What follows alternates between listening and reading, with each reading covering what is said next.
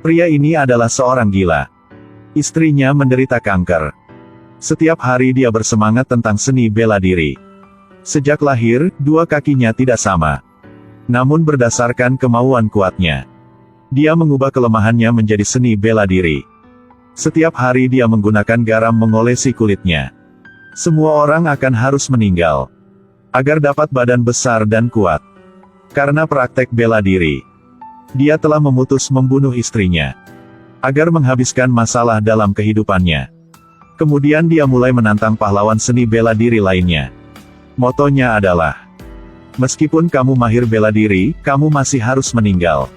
Ada kasus pembunuhan di terowongan Sinsaksui. Korban adalah juara tinju Hong Kong dan Macau yang bernama Ma Dong-an. Semua tulang rusuknya patah menjadi lebih dari 100 segmen. Patah tulang tengkorak, tulang leher dan seluruh trakea juga patah. Namun semua lukanya bukan terbuat dari senjata, maka dipatah oleh tangan. Di tempat kejadian, hanya ada satu anak panah berbentuk burung walet. Saat itu, Ha Haofo, seorang menyukai bela diri yang sedang dihukum dalam penjara Stanley. 3 tahun yang lalu, dia kompetisi bela diri dengan orang lain. Dia telah memukuli lawannya sampai mati, jadi dia dijatuhi hukuman 5 tahun penjara. Dia selalu memiliki ekspresi yang bagus. Setelah tahu Ma Dong-an telah meninggal, dia khawatir banget. Dia ingin memberi pelajaran kepada gangster di penjara. Kemudian, dia mulai menjatuhkan 17 orang dalam penjara sendirian. Meskipun dipukul, mereka tidak terluka. Setelah menjatuhkan kepala gangster, dia akhirnya mendapatkan rasa hormat dari narapidana lainnya. Tujuannya adalah bertemu dengan polisi Luke yang bertanggung jawab atas kasus pembunuhan ini. Ha Haofo mengoceh selama lebih dari setengah jam. Dia pikir dia adalah orang paling memahami pembunuh. Dia berharap bisa membantu polisi. Namun dia tidak dipercaya oleh polisi Luke. Tak Chin Din, Dam Kin Ngu, Tao Tuan, Nguyen Tan Duong, Puong Fan Hui, Pu Fan Tai, Puong Luduk. Siapa yang harus meninggal selanjutnya? Pembunuhan terus terjadi. Orang yang meninggal kali ini adalah Dam Kin Ngu yang disebut Raja Utarak. Dia bisa pakai kaki menendang seekor sapi sampai mati. Namun dia dipatah kaki oleh pembunuh. Dia dibunuh karena cara menendang itu. Akhirnya, polisi Luke telah percaya Ha Haofo. Dia menerima bantuan dari Ha Haofo. Dia memintanya untuk petunjuk agar memecahkan kasus ini. Ternyata si pembunuh akan mengandalkan gerakan seni bela diri untuk membunuh orang. Tangkisan, sikap pasang, pukulan. 8 penjuru mata angin. Menurut pikiran ini, korban selanjutnya adalah Phuong Triet. Boom! Di terowongan Sinsaksui melanjutkan terjadi pembunuhan. Beberapa menit yang lalu, Phuong Triet, seorang mahir gerakan patah tangan telah dipatah tangan oleh si pembunuh. Pembunuh yang berwajah buruk telah tekan Phuong Triet ke tangki air, sehingga Phuong Triet meninggal. Ha Haofo segera pergi ke TKP. Lengannya terpelintir ke belakang. Dia menutupi mata Phuong Triet. Pembunuh sedang berada di gedung di seberang tersenyum. Bajingan itu. Ha Haofo segera melari. Pembunuh terlatih tatih di depannya. Ha Haofo mengejarnya. Selimut yang tak terhitung jumlahnya menghalangi jalan Ha Haofo. Dia pikir dia adalah ahli bela diri. Ketika dia merasakan niat membunuh, dia sudah 1 langkah di belakang. Pembunuh terbang langsung menendangnya keluar. Ha Haofo sakit banget dan juga terkejut. Polisi masih di belakang. Pembunuhnya terlatih tatih lalu melompat. Dia langsung melompati gedung tinggi berikutnya yang berjarak 10 meter. Ha Haofo tiba-tiba berhenti. Dia hanya bisa menatap pembunuh yang menghilang di depannya. Karena untuk menyelidiki kebenaran, Ha Haofo kembali ke kampungnya. Tidak terduga, pembunuh pernah mencarinya. Dan sisakan 1 anak panah berbentuk burung. Dia dan adiknya bertemu dengan orang tua di desa. Jenis panah ini disebut burung walet kecil. Inilah senjata yang digunakan oleh dinasti Qing. Inilah sebuah hadiah hiburan. Salah satu orang itu tahu pembunuh yang cacat itu. Namanya Pong Futu. Meskipun orang itu kata sejak lahir, bela dirinya bagus banget. Beberapa tahun yang lalu, Pong Futu telah mencarinya agar kompetisi. Orang ini telah kalahnya 1 gerakan. Dia juga sisakan 1 panahan berbentuk burung. Ha Haofo telah tahu tempat tinggal Pong Futu. Dia segera melapor kepada polisi Luke. Namun ketika mereka datang, Pong Futu telah hilang. Dalam kamarnya hanya sisakan jejak praktek bela dirinya. Juga ada kata-kata di dinding. Dia akan melawan dengan semua pahlawan bela diri. Dia mau menjadi orang paling bagus. Siapa akan menjadi korban selanjutnya? Mereka bertemu dengan ahli pedang Tran Bak Kuang. Kungfunya sekarang hanya dipakai untuk memasak daging. Ternyata 3 tahun yang lalu setelah mengalami kecelakaan, Tran Bak Kuang memberikan sekolah seni bela diri kepada muridnya.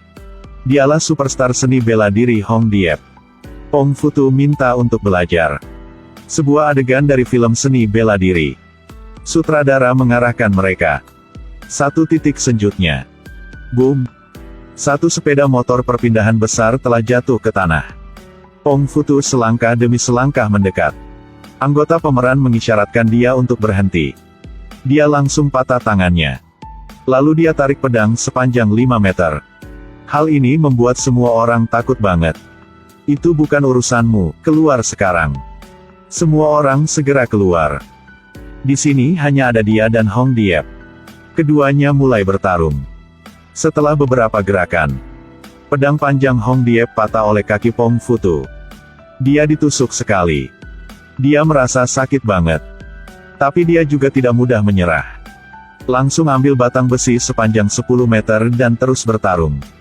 Batang besi itu panjang dan tipis. Tapi Pong Futu mengambil pemotong kertas sepanjang 10 cm. Dia berbalik beberapa kali dan mendekati Hong Diep. Dengan sekejap, tubuh Hong Diep berlumuran darah. Setelah Hong Diep ditendang oleh tendangan kuat Pong Futu, segera, Raja sering kesepian. Polisi juga harus menyerah. Namun Pong Futu telah menelpon kepada kantor polisi. Dia mau bertarung dengan Ha Haofo. Namun kali sebelumnya, kekuatan bertarung Ha Haofo membuatnya sangat kecewa. Aku bisa membantumu 1 kali. Kalau orang dalam hatimu telah meninggal, aku pasti kamu bisa membunuh siapapun. Orang pertama aku membunuh adalah kamu. Agar menantang Ha Haofo, dia telah mencari adiknya. Meskipun adik Ha Haofo adalah ahli pedang, dalam mata Pong Futu, dialah orang normal aja. Setelah beberapa gerakan, saudara perempuannya terluka parah. Ketika Ha Haofo sampai, adiknya telah meninggal. Akhirnya, 2 orang yang cinta bela diri telah bertemu. 2 orang menyatukan tangan mereka di depan lawan untuk mengekspresikan, meskipun kamu adalah ahli bela diri, kamu masih harus meninggal. Keduanya mulai berterang. Truk kontainer melaju kencang melewati mereka. Pong Futu pukul pada wajah Ha Haofo. Ha Haofo patah tangannya. Keduanya bergegas menuju mobil yang melaju kencang. Pada saat itu, sebuah truk kontainer melaju ke arah mereka. Dengan kecepatan 180 km per jam. Pada saat penting itu, Ha Haofo telah menyelamatkan Pong Futu. Belum selesai. Supir menginjak rem, membuat kayu jatuh.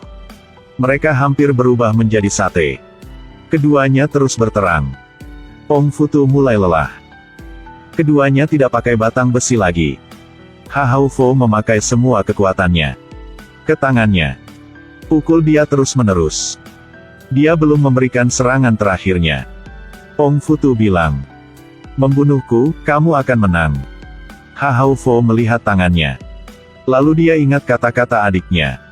Dia berharap tali ini bisa mengikat tinjunya. Tidak. Pong Futu mengambil kesempatan untuk berguling di bawah mobil. Dan menyeret kaki Ha Haofo ke bawah mobil. Pong Futu menyerbu ke depan seperti anjing mencari makanan. Dia mau membunuh Ha Haofo. Namun Ha Haofo telah mengangkatnya. Sebuah mobil besar datang, dia melemparkan Pong Futu keluar. Dia juga diseret. Pantatnya hampir terbakar.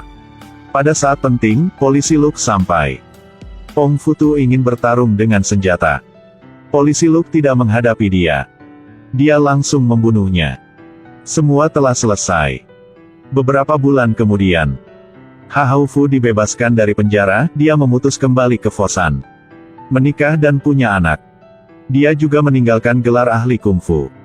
Filmnya telah selesai.